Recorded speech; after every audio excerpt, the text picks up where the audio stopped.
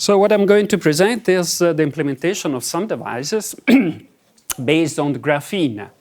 And before to do this, let me say that these summarize is not working, so let me do like that. Results that we obtained during a European project that ended a few times ago. And so let me thank and introduce also my collaborator, starting from people here in Mainz, Professor Clau in Physics Department, Akimitsu Narita at Max Planck Institute for Polymers, right over the streets.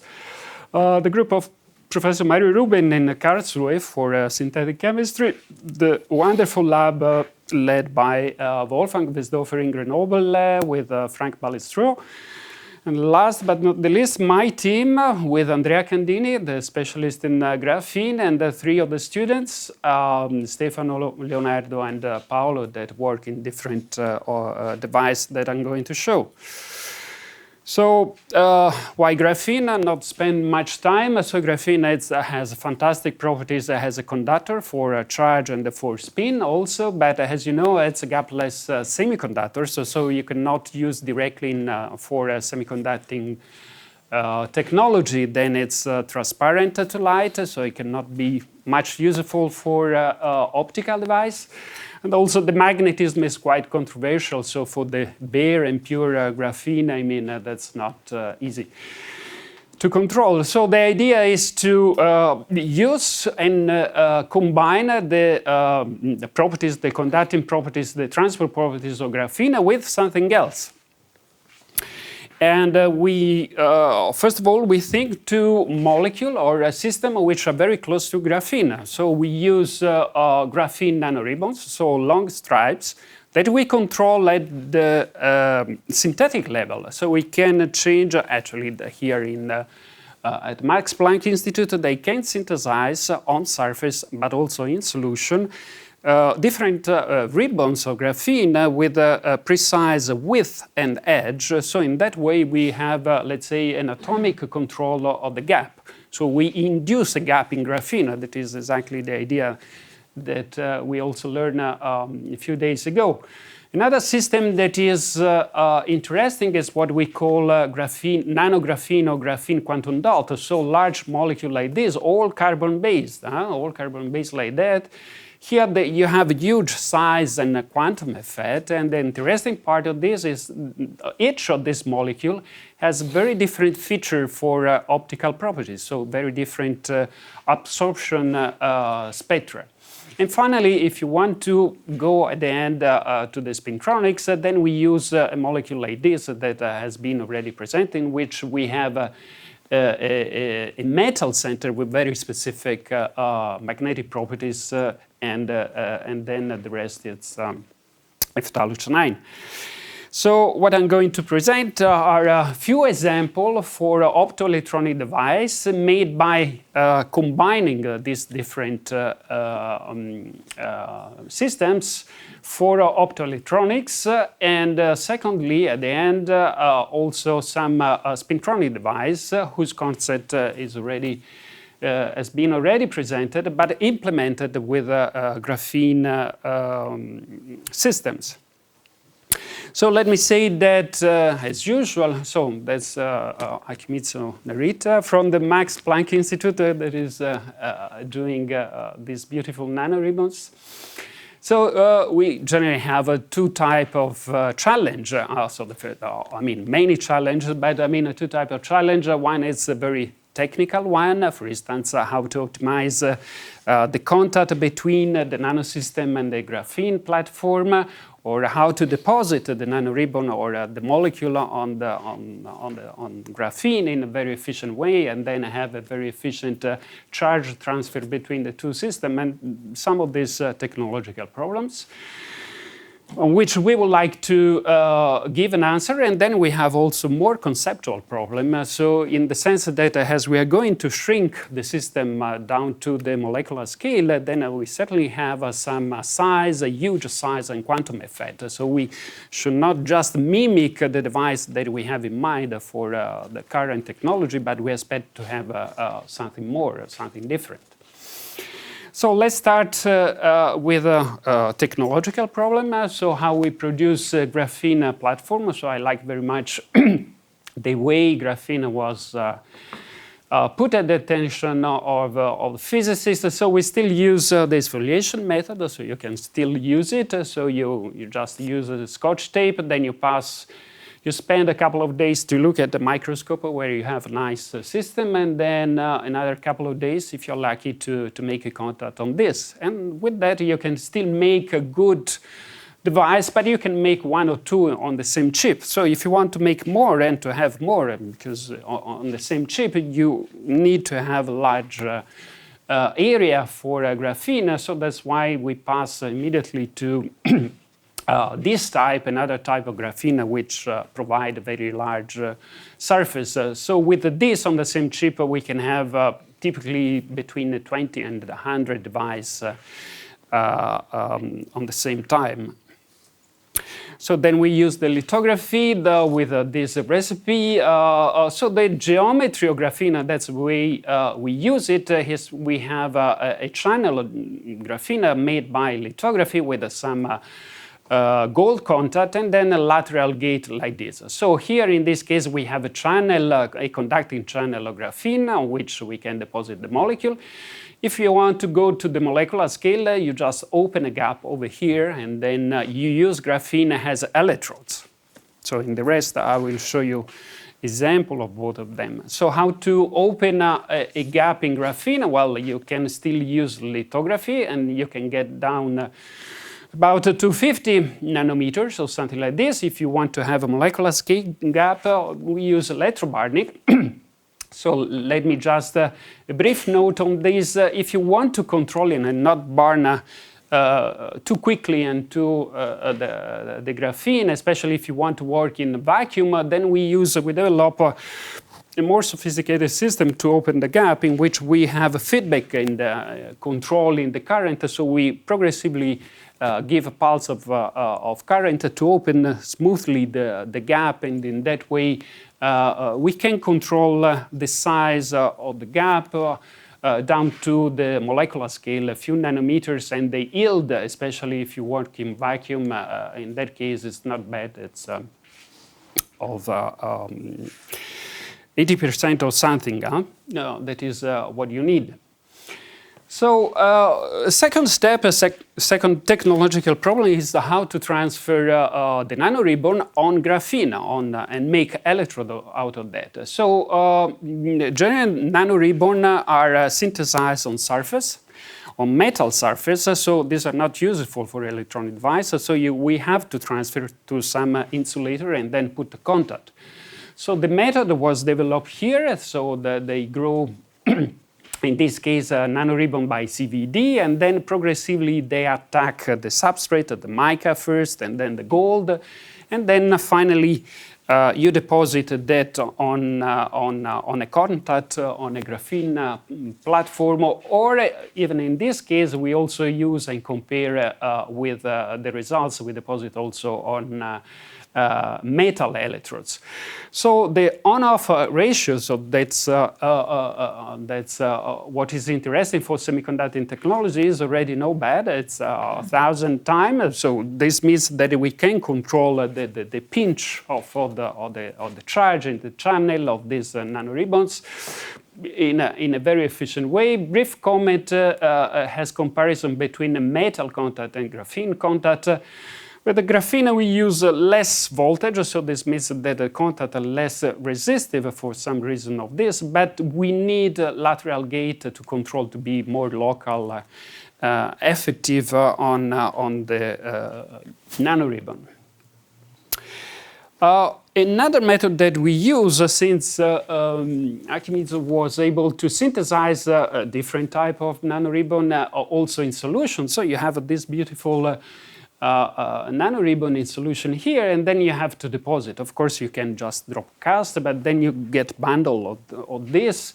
We try to deposit and to use electrospray technique, very simple one. So we just use the first stage of the mass spectrometer. So we just open it and then put a substrate top of that. So the deposition was in a nitrogen atmosphere, so no particular vacuum. Here we would like just to control the thickness of the nanoribbon and not to measure too much. So we control down to, let's say, a single monolayer of nanoribbon, not a single nanoribbon, but one layer of nanoribbon. So the geometry looks like this. And so here you have a graphene electrode. Here you have a gap, and then we deposit by electrospray. Here, in different color, you can see the nanoribbon, and then you can see that you have a nice IV curve with some control with the gate. So it's still an effective way. Of course, that was very preliminary, but showed that we can use, this method can be used to deposit many large molecules, and so you don't need to be to have only simple molecules, so you can also use for a very complex molecule. It's a very soft method to deposit a large molecule on different substrates, so you don't matter about the substrate that you use. Let me just say these unpublished results that we obtained in collaboration with this group in Basel. So if you do properly, so this is a commercial system of electrospray, and in which you have several vacuum chamber over here, you can see that you can get very nice self-assembling of the nanoribbon. So that I think would be very promising to have also scalable device in multiple devices in the same chip. So the next step is to check optoelectronic properties. So the geometry in this case is that one, so exactly what you have seen before. And then we shine some light on it, and we want to see the change, the effect of the light on the conductance of this system. So you can see that switching on and off the light, the current increase, and that was quite reproducible. The responsivity, it's comparable to a similar system, so it's 10 to the 5th ampere per watt. And another interesting feature here is that if you study as a function of the wavelength of the light, so you can see that you have a threshold that is exactly at the point in which we expect to have the energy gap of the nanoribbon.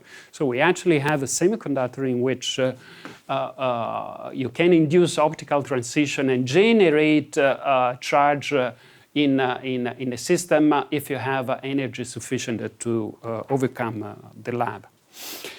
So even more interesting, for me, this is something that we just published, is the use of graphene, nanographene or graphene quantum dot, so the large molecule. Here we have a discrete spectrum of energy, so not energy band, and very characteristic absorption spectrum of the molecule that depend on the molecule that you deposit. So all these are carbon-based. They are not conducting, so the geometry of the device is a little bit different. So here we have a channel of graphene on which we deposit a layer or something of this molecule here. So the molecule is photoactive, I would say, and then it's able to change the current in the underlying layer of graphene. So you can see that switching on and off the light, you can induce switching on and off the current. The responsivity is quite high, also in this case here, but even more interesting is the fact that the continuous light over here, it's the absorption spectrum in the molecule that you measure optically, and you can see the point which follow in a nice way the point are the conductivity that follow the spectrum, the wavelength of each molecule. And so this is something that you show also the last day in a completely different system, but this means that molecular system can actually tune and we can think to make also what we call color sensor or color sensitive optoelectronic device by changing the size and the edge of the molecule. So this brings me to the second part of my talk that is devoted to spintronics. So most of the things you have already seen in the previous talk, so we didn't combine the talk. So, but since we are working together with Wolfgang since a long time, so we share, or actually I would say I borrow some of idea, but it's good to see how the idea that were presented in the previous talk can be also implemented in different platforms.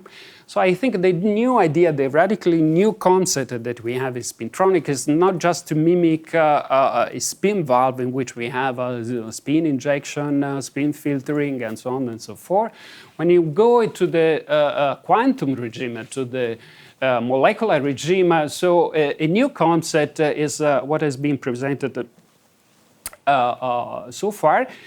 And is this one, so let me repeat it. So we need to have a quantum dot, so an electronic system, so a single electron transistor, so you can call it in a different way, and implemented in many ways. So you can implement it in many ways. And the way we can read out a single spin, eventually a spin of the single molecule, and even the nuclear spin of the single molecule, is just to couple this spin to the quantum dot. And if you do this softly, I mean, without destroying the spin feature of your system, you can tune the energy level of the quantum dot, and by doing this, you can tune the current. So that's why you can present, you can have a very sensitive electronic sensor for a spin.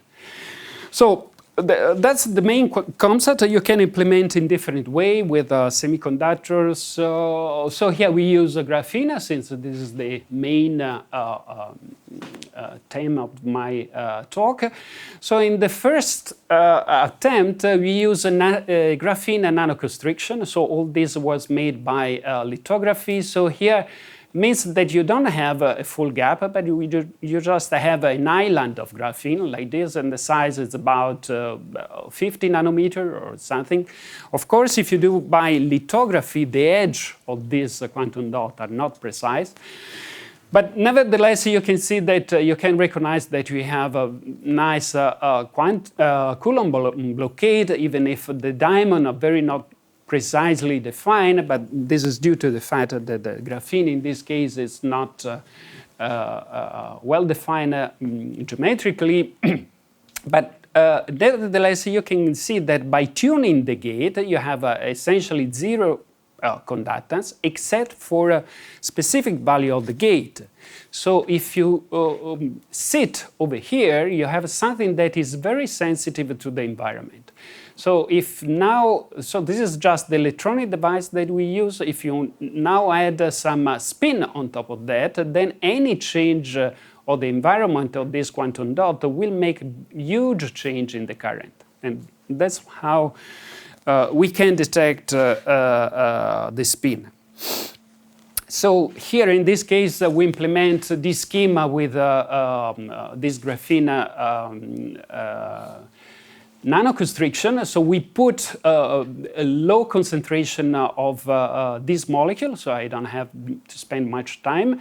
So here we estimated to have a few molecules, not only one, but a few molecules on top of that. And then you go to very low temperature, and then you sweep the magnetic field, and you can recognize some hysteresis. So how can we recognize that you actually have this molecule and not something else? I have to say that if you make it in bare graphene is not pure, so you have contamination, you have also defect, so you always get some magnetic signal. But how can we recognize that we have this specific molecule? Well, first of all, by changing the sweeping rate, this hysteresis doesn't change. So this means that we have something magnetic that is robust in some sense, so it's not just a paramagnetic system.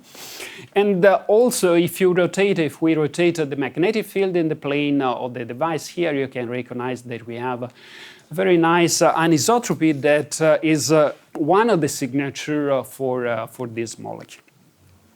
So we call this a molecular spin valve just because, but you see that in this case we don't have a spin filter, or I mean the electrodes are not magnetic, so that we have a completely different concept with respect to the classical and conventional spintronics. So the basic idea is that we have high conductivity when two or more molecules have a parallel spin, and just in a small range of magnetic field you may have a configuration in which the two spin lies in an antiparallel configuration, and this modulates the current in the quantum dot and gives this drop in the conductivity. That's the basic idea. Let me come back. So here, one of the questions, the common question that we have also, I think, in this community, I mean, if the way we start to use graphene is we want to exploit the pi-pi stacking with something else. That's the main idea. That's why at the beginning we put different peripheral stuff on the molecule to increase this, but honestly we didn't see much change in that. On the other hand, and this comes to the question that we also have previously, in this case we use a natural molecule, so this and the natural molecule has a radical. So when you go to the extreme regime, it doesn't matter if you really have the radical or not, because in the electrodes, then you inject the current. But if you perform a measurement on bulk, and let me mention this, and probably can answer to the previous question. So if you measure in the bulk, you do see a difference between the natural one, in which we have a radical in the molecule, and the other molecule, the charged molecule.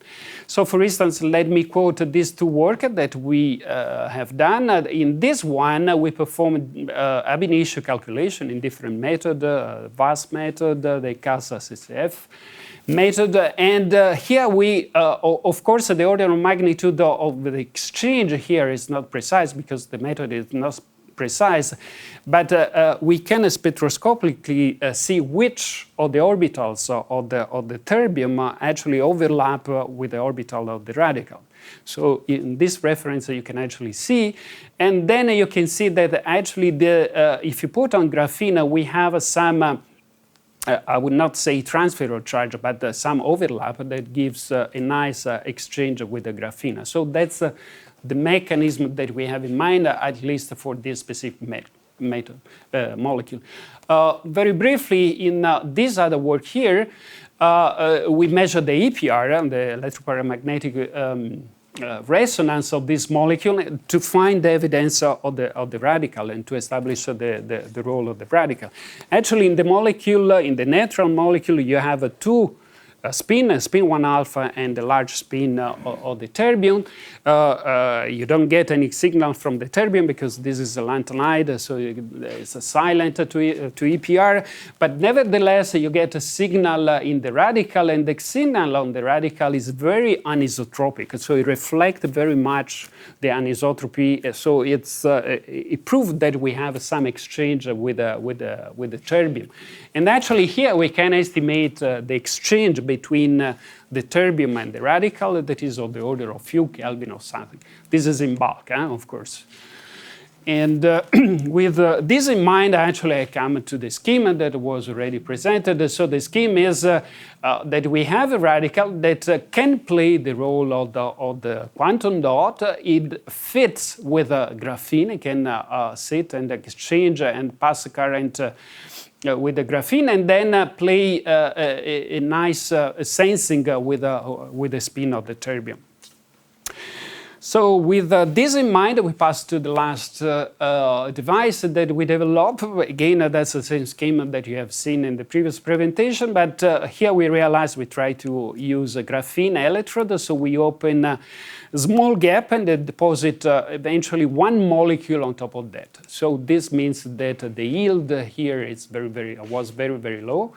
So on some of this junction, we get we can recognize quantum dot behavior, even if you have more feature like this, but nevertheless, if you sit in one of these points or in this point here, you are very sensitive to the rest of the world, and then in few molecules you can also recognize, we were able also to recognize also some magnetic feature. For instance, one of these Kondo effect in which we actually recognize that the degeneracy point here is split in two levels that demonstrated that we actually have a spin 1/2 that are playing the role that is the quantum dot in this case. So here it's the radical that play the role of the quantum dot, and this quantum dot and this radical is then coupled to the terbium. And if you estimate the strength of this, it's a gain of the order of few Kelvin. So that's it's quite consistent. So that's the very final one. Finally, we were able on one of these molecules to detect also the spin flip. In this case, it was not close to zero magnetic field, so this is not tunneling. This is probably a first relaxation, and recognizes some anisotropy that is typical for this molecule. So we didn't go much further as in the beautiful molecule that was shown before, but still demonstrated that the scheme that was presented before can be implemented in many other ways, and including the use of graphene. So this brings me to the conclusion, and the conclusion is, well, I present some possible solution how to make a hybrid device in which we use graphene as a main conducting layer or has electrode, how to transfer large molecule, a carbon-based molecule, and make a fully carbon-based device, which has some interesting and promising opto-electronic properties, and finally some molecular scale device for spintronics. I think I would like to insist in this point that going in the molecular size, we have to not just mimic what we have in mind for classical devices. So we expect we have really something new, and one of the schemes that is very promising you can implement also with a scanning probe is the use of quantum dot as a detector for spin. And with that, I would like to thank you for your attention.